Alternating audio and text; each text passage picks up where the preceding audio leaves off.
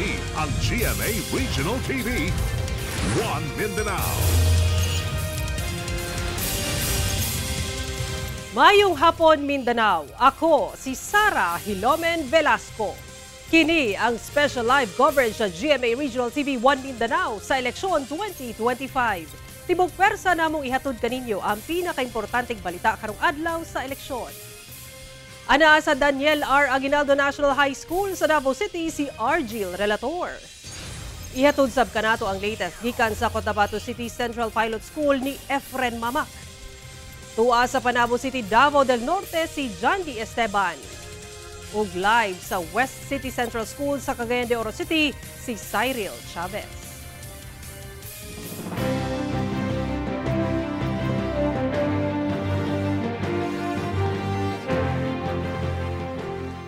Giaresto sa kapulisan ang upat ka mga lalaking botante human nagsinumbagay matud pa sa usa ka presinto sa pinakadakong polling center sa Cotabato City.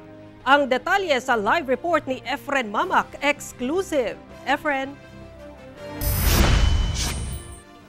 Sara, nagkalalisay matud pa ang mga lalaki gumikan sa giingong pagpanikas sa eleksyon. Apan sumala sa Cotabato City Police, problema sa linya ang hinungdan sa insidente.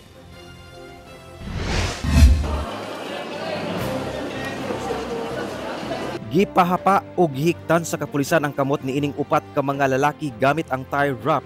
Human matud pa, nagsinumbagay sa usa ka presinto sa Cotabato City Central Pilot School pasado alas 10:30 kaganinang buntag. Nagkalalisay daw ang mga lalaki nga misangpot sa pagsinumbagay. Gilayon kining gidala sa Police Station 1. Matud sa lalaking nakablunga na dakpan, duna kuno'y nagadaot sa ACM sa maong presinto. Sa daya, sir, wala na kami nakikita niya, sir, kasi butante kami, sir. Wala, at sa kami mga chairman naman, may mga pulis naman tayo, may chairman, may PI, na sila po nagpapacilitate sa ating bawat pansiyaran yan na eskwelahan. So after this, sir, ganitong oras, sir, biglang may pumasok na lahat naman pinagsasarado, pinagsisira yung mga paraphernalias, at saka yung mga picos machine, pinagsisira. So kami, sir, butante kami, sir. Apan gilimod kini sa lalaking nakaitom nga t-shirt nga nakaengkwentro. Sir, kanina pa yan sila umaga, sir. Mula 7 o'clock. Nagareklamo na yung mga tauhan dyan, yung mga UBJP kasi hindi nila pinapapasok. Then, yung mga watchers namin, pinapalabas nila. Nilalak nila yung pinto. Sinabi nila na nasira ang mga parapanyalas. Walang nasira doon, sir. Pumasok kami, sir, kasi hindi na talaga nakakaboto yung mga tao sa Population 6. Apan sumala sa Cotabato City Police, problema sa linya ang nakitang hinungdan. May nagkaroon na yung suntukan. Pinasipay natin. Ang dahilan pala dahil dito magulo yung pila. Oo. Wala sab matud pa sila nakitaan nga pagpanika sa eleksyon nga sumala pa gihimo sa mga nadakpan. Sa point of view ko, wala rin akong nakita. Sila, may mga watchers na sila. Yeah. Sa magreklamo yung mga watchers nila. Sa ngayon, Colonel, ano po yung ginagawa natin ngayon? Ngayon, pinapalinya natin na lahat ng tao na narito makaboto ng maayos. Samtang usa sa upat ka mga lalaki ang nasamdan sa dalunggan atol sa hitabo o gilapatan og first aid. Samtang ang laing usa ka lalaki wala ra nasamdan. Sumala sa Cotabato City Police, ipailawom una ang upat ka mga lalaki sa investigasyon. Hinuon mamahimog yapon silang moboto. Samtang pagkaalauna sa hapon, duna na say nahitabong komosyon human dunay mga botante ang nagsinagitay gumikan matud pa sa problema sa linya. Hinuon nabadlong ra sila sa mga miresponde nga kapulisan. Bantay sarado na sab sa mga PNP personnel ang matag presinto aron malikay sa kasamok. Samtang usa ka abandoned bag ang nagmugna og alarma sa mga botante human mapalgan kini sa usa ka compound sa maong tunghaan. Apan nagnegatibo kini sa eksplosibo human gisuta sa bomb squad. Sara sa karon dagsa pagyapon ang mga botante nga nagaboto sa mga clustered precinct dinhi sa Cotabato City Central Pilot School ug gilauman nga mulungtad pa kini hangtod 7 PM. Gikan dinhi sa Cotabato City, ako si Efren Mamak para sa One Mindanao. Dapat totoo para sa eleksyon 2025. Okay, daghang salamat, Efren Mamak. Mibotar kaganina buntag si Vice President Sara Duterte sa polling precinct sa Daniel R. Aguinaldo National High School sa Davao City. Pareho sila og polling precinct ni kanhi Pangulong Rodrigo Duterte. Apan wala makabotar si FPRRD sanglit anaa pa siya sa The Hague. Atong sayron ang mga katikaran sa pinaagi sa live report ni Argil Relator. Argil. Sara, nasa kinatibuk ang 16 minutes ang proseso sa pagbotar ni Vice President Sara Duterte sa iyahang presinto. Apan ang iyang amahan nga si former President Rodrigo Duterte wala matud pa makaboto, sanglit wala nakaapas no sa absentee voting ngun man dili siya rehistrado didto sa The Hague. Alas 8:35 sa buntag dihang miabot si Vice President Sara Duterte sa iyang cluster polling precinct 352 sa Daniel R. Aguinaldo National High School sa Davao City. Miagi si VP Sara sa proseso sa pagboto. Dihang nahumana siya og butar, mipaabot siya sa iyang termino nga i-feed na niya ang iyang balota. Anaalang sa 16 minutos, milungtad ang pagbutar ni VP Sara. Iyang gi-share ang iyang kasinatian sa pagboto, labi na kay bag-o ang makina nga gigamit. Yung nauna sa akin, hindi kaagad binasa yung kanyang balot, so mabasulit yung kanyang balot. At saka binaliktad nila para ipasok ulit, doon na binasa ang kanyang balot. And yung sa akin naman, medyo mabagal lang, nag-loading siya ng mga ilang seconds lang, hindi automatic yung kanyang pagbasa, pagpasok ng balot. Sanglit anaa sa The Hague, wala makabotar sa samang presinto ang iyang amahang si kanhi Pangulong Rodrigo Duterte. Wala sa matud pa nakaboto si FPRRD sa The Hague, sanglit wala siya nakaabot ni adtong absentee voting. Ang pagkakaintindi ko, sinubukan ng lawyers niya na magpaalam sa COMELEC na kung pwede bumoto si dating Pangulong Duterte outside of the absentee voting law. Kasi yun lang yung paraan na pwede siyang magboto but hindi siya nakaregister doon. Ugaling madaog isip mayor si FPRRD, sumala ni VP Sara. Yun ay pinag-uusapan namin ng kanyang ICC lawyer at ng kanyang Philippine lawyer kung paano siya maka-oath as a winner ng mayoral contest dito sa Davao City. Nakaabot na sa matud pa kang VP Sara ang report nga adunay nahitabong last minute vote buying sa nagkadaiyang lugar sa nasod sa bispera sa eleksyon. Well, nabalitaan ko, merong certain personalities and their residences last night na nag-release ng mga pera at sinabi ko lang sa mga tao, i-document nyo lang and then isulat nyo lang kung ano yung na-witness nyo doon and then we will deal with it after election day. Una ang pagboto ni VP, kadyot kanalangan ang pagsugod sa botohan sa pipila ka presinto tungod sa kalangay sa pag-abot sa poll watchers. Eksaktong alas 5 sa buntag, dihang gipasulod na sa voting center ang mga anaa sa vulnerable sector. Ang botanteng si Cecil nga usa ka senior citizen, siya na ang nag-assist sa iyang bana nga senior citizen sub nga naglisod na og shade sa balota. Malampuson hinuon silang nakaboto. Okay naman, areglado naman siya. Maayos naman po. Si tatay, hindi na siyang kasulat? Hindi na.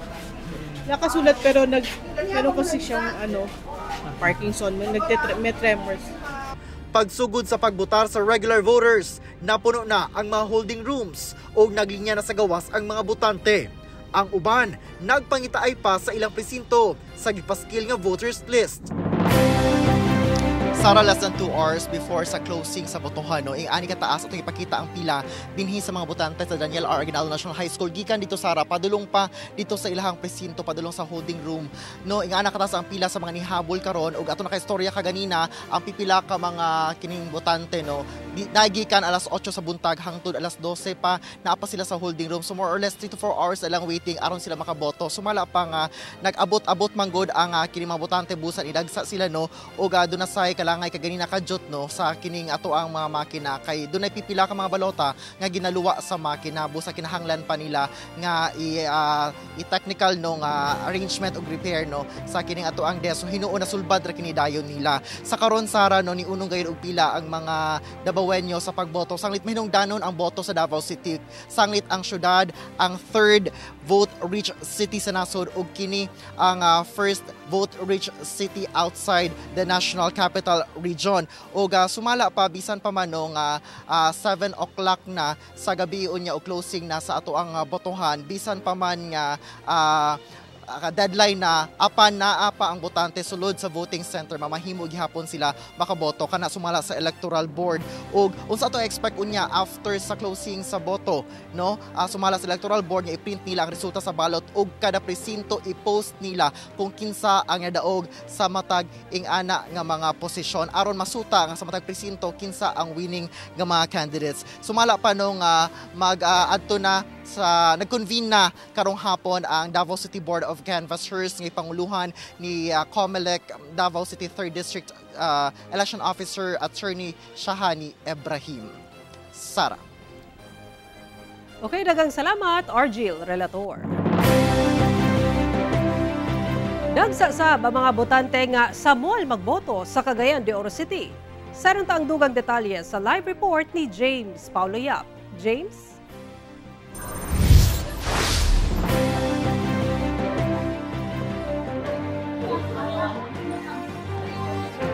Yes, Sarah, sa entrada pa lang nga bahin din sa usa ka mall sa Uptown sa Cagayan de Oro City, makita na ang taas nga linya sa mga botante nga buot mo botar sa ginahimo nga mall voting sa pito ka mga presinto dinhi sa 1st District sa Cagayan de Oro City. Sumala sa COMELEC na kini ang pinakauna nga higayon nga ginapatuman ang mall voting sa Cagayan de Oro City. Gawa sa unang distrito, aduna sa mall voting sa mga numbered barangays sa ikaduhang distrito sa syudad. Singon sa tigdumala sa mall nga kapin 7,000 ka mga botante gikan sa unang distrito ang ilang gilauman nga mudagsa sa mall karong adlaw.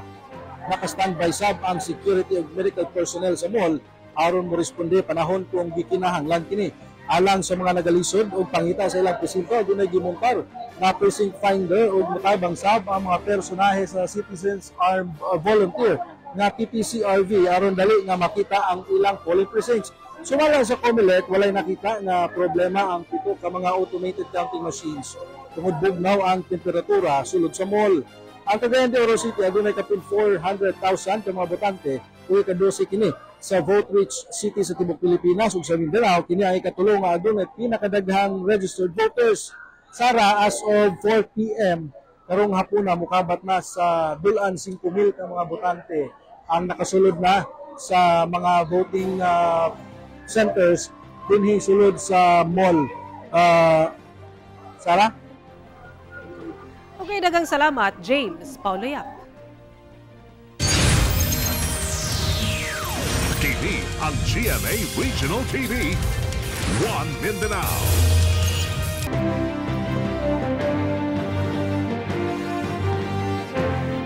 Nakasinati og kalisod sa pagboto ang ubang Cagayanon. Ang ubang senior citizen ni Alma kay gibutang ang ilang presinto sa second floor. Saron tang dugang detalye sa live report ni Cyril Chavez. Cyril? Yes, Sarah, nagkadaiyang kalistanan ang nasinati sa mga mibotar nga Cagayanon karong adlaw dinhi sa West City Central School sa Cagayan de Oro City.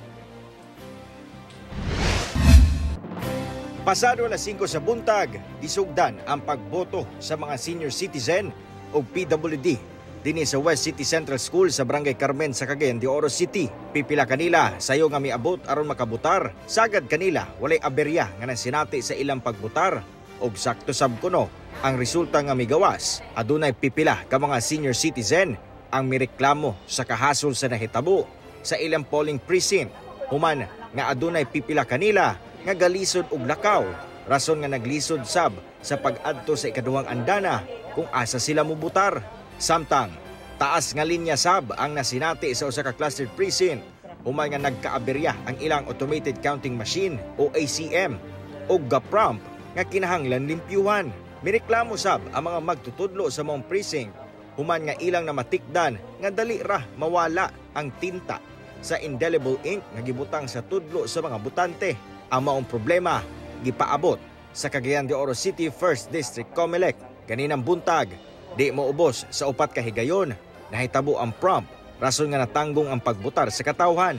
Pasado alas 9 sab sa buntag, miabot si Cagayan de Oro City Mayor Rolando Uy sa West City Central School ug mibutar.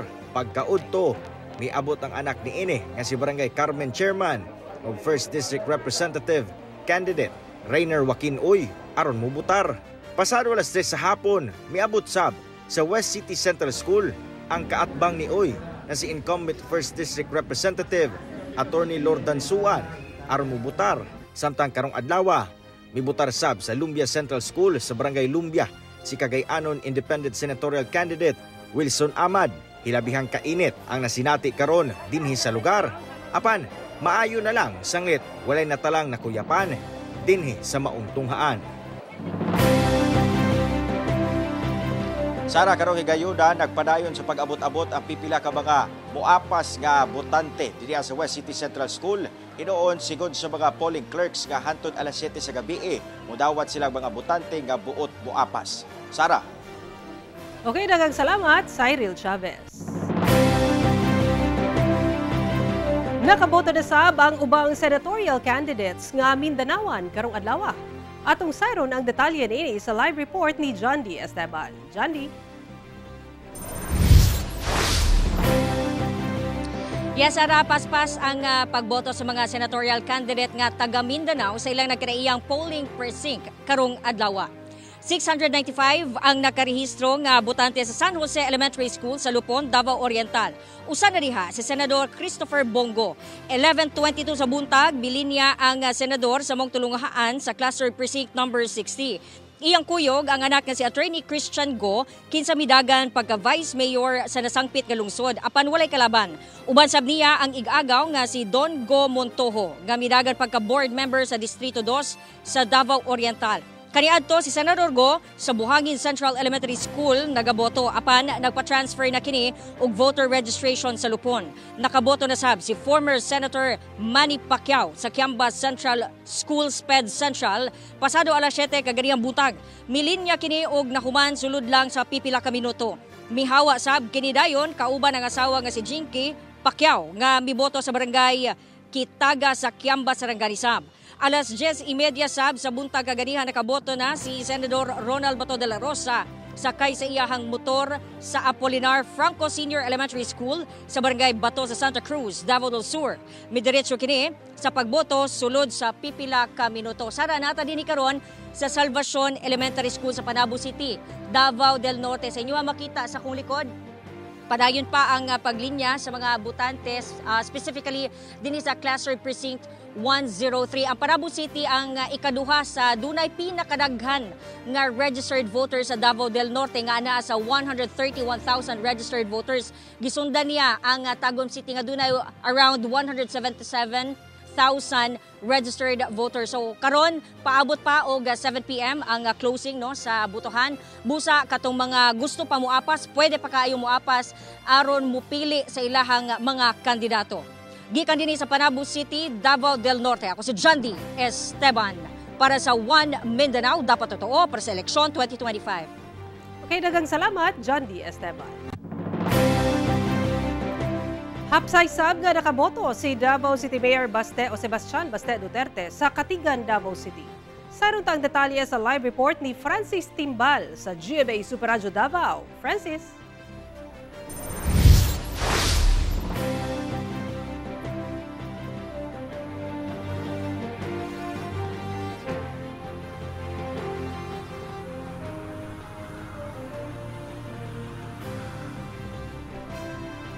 Yes, Sara, nakaboto pasado alauna karong hapon si Davao City Mayor Sebastian Baste Duterte sa Katigan Central Elementary School, Barangay Katigan, Turil, Davao City.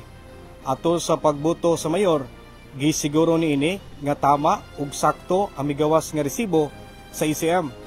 Hinoon hapsay ug walay natalang aberya ang gigamit nga ECM. Kayumduman nga unang nakatala og aberya ang ECM kaginang buntag. Human nga nag-overvote ang duha ka mga baluta sa magtiayon nga senior citizen. Giawhag sab ni Duterte ang mga Davawinyo nga wa pang makabuto nga naa pa sila sa tagsa ka mga panimalay nga mugawas tungod hantod pa alas 7 sa gabi ang butuhan. Sara, dinhi sa Katigan Central Elementary School, nagpadayon gyapon ang pagboto sa pipila ka mga Davawinyo. Gikan sa Barangay Katigan, Francis Timbal sa Super Radio Davao ug One Mindanao, dapat totoo para sa eleksyon 2025. Okay, daghang salamat Francis Timbal sa GMA Super Radio Davao.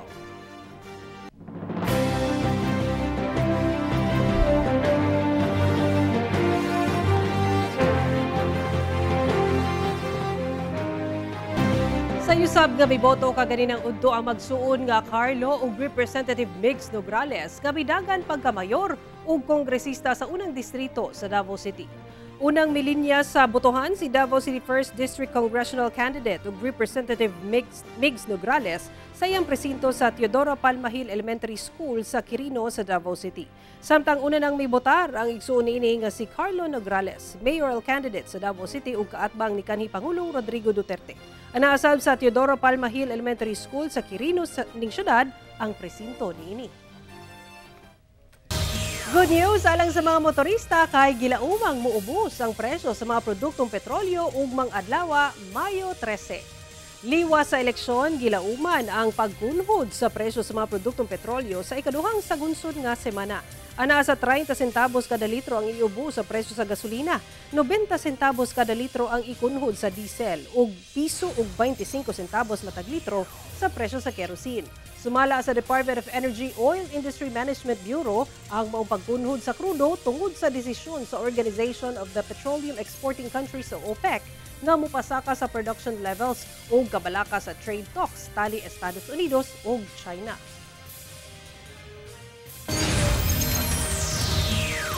Kini ang GMA Regional TV, One Mindanao.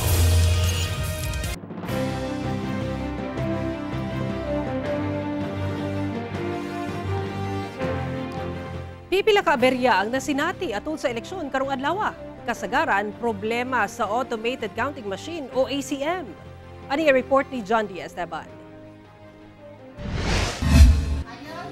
Dismayado si Tatay Hubeto human wala gikaon sa automated counting machine ang iyang balota. Ingatan ko nga. Hindi naman masyadong madiin. Hindi. Ang problema kasi yung ballpen parang mag-blat. Kaya ginanon ko sa desk ko para malinis ulit. Nilinisan ko talaga. Sayang. Importante yung boto kahit isa. Gibalik og pakaon na balota sa makina, gisuwayan ang lain-laing orientation sa papel ang pagsulod sa makina apan pakyas gihapon. Gilimpyuhan ang scanner sa makina o gisuwayan og feed pagbalik ang balota apan giluwa gihapon. Misread siya kasi yung QR ng balot na ano siya na shadean niya. Ng pen. Itong mga black dito sa gilid. May markings niya. At pag fault ng machine, hindi siya mabasa, pwede siya magdala sa general instruction. Pero kung fault ng voter, rejected na siya, misread. So, hindi talaga siya magdala. Busa si Tatay, miuli na lang. Miuli nga labihang nasayangan sa iyahang boto. Hinuon, gi-record na lang kini sa Electoral Board sa minutes. Daan ang gipahimangnuan sa COMELEC ang mga butante nga ampingan ang mga balota. Ingon man ang pag-shade aron mabasa ug maihap ang boto. Gipaabot kini ni spokesperson sa Election Watchdog ng Archdiocesan Citizen Engagement, Parish Pastoral for Responsible Voting o ACE-PPCRV Davao ngadto kang COMELEC 11 Regional Director Michael Abbas. Sumala pa, makonsidera matud pa kini nga spoiled ballot o dili na daw maihap ang maong boto. Sa Cotabato City Central Pilot School, usa ka ACM sub ang mipalya kay wala matud pag ginadawat ang balota. Hinuon naayos kini human nga na troubleshoot sa DESO Technical Support Staff. Samtang sa pagsugod pa lang sa eleksyon kaganiha, nagtinukloray ang mga butante aron makauna sa pagboto. Hinungdan nga naungdang kadali ang butuhan ug nadayon ra human giayo ang linya sa mga butante. Sa Santa Cruz, Davao del Sur, tulo ka balota ang walang gikaon sa ACM sa Apolinar Franco Senior Elementary School sa Barangay Bato. Hinuon, gidawat ra kini human gipakaon sa ACM sa tulo ka higayon. Sumala ni Rosita Budingan, 76 anyos nga taga Purok Pag-asa A, Barangay Bato, nagpasalamat kini kay wala na sayang ang iyang boto. Kaon na. Tulo mo kabok ang giluwa pero nagpasok na. Pero na okay na dayon. Okay na. Dali lang. Dali lang. Okay na, okay. Sa Cagayan de Oro City, usa ka ACM ang nag-aberya sa usa ka polling precinct sa West City Central School. Human nag-prompt og ikaupat ka higayon nga kinahanglan kining limpyuhan. Gireklamo sab sa mga magtutudlo ang daw nipis nga tinta gikan sa indelible ink nga gihatag kanila. Hinuon sa kinadibukan nahimong hapsay ang butuhan sa mga polling precinct. John D. Esteban, One Mindanao. Mga kapusong netizens, pwede gihapon kamo mahimong kabahin sa pagbantay sa eleksyon 2025. Padayon nakabantay ang atong mga volunteer students alang sa mga ulahing katikaran mahitungod sa eleksyon 2025 pinaagi sa Kapuso Digital Action Center. Dunay nagkadiya mga estudyanteng nagbantay sa GMA Regional TV station sa Davao City, Cagayan de Oro City ug General Santos City nga anda mo dawat sa inyong mga tawag o pangutana kalabot sa eleksyon 2025. Busa kung doon na kamoy mga balitang lokal, ilabi na sa Mindanao, i-share na kanamo mga kapuso. Busa, dungan tang magbantay alang sa hapsay ug malinaw nga eleksyon 2025. Og mao kato ang mga ulahing balita sa Mindanao karong adlaw. Mamahimo ninyo kini makita pag-usab pinaagi sa pagbisita sa official website sa GMA Regional TV o bisitahang among official YouTube channel ug i-click ang subscribe button para sa pinakaulahing balita. Daghang salamat sa atong mga kapuso sa Mindanao nga nagalantaw kanamong sa atong mga kapuso abroad. Padayo lang sa pagtutok sa mga lokal nga balita matag adlaw tungod sa GMA Regional TV, Local News Matters. Kami ang GMA Regional TV 1 Mindanao, tibok pwersa para sa mas na komisyon ug mas halapad nga pagserbisyo sa nasud.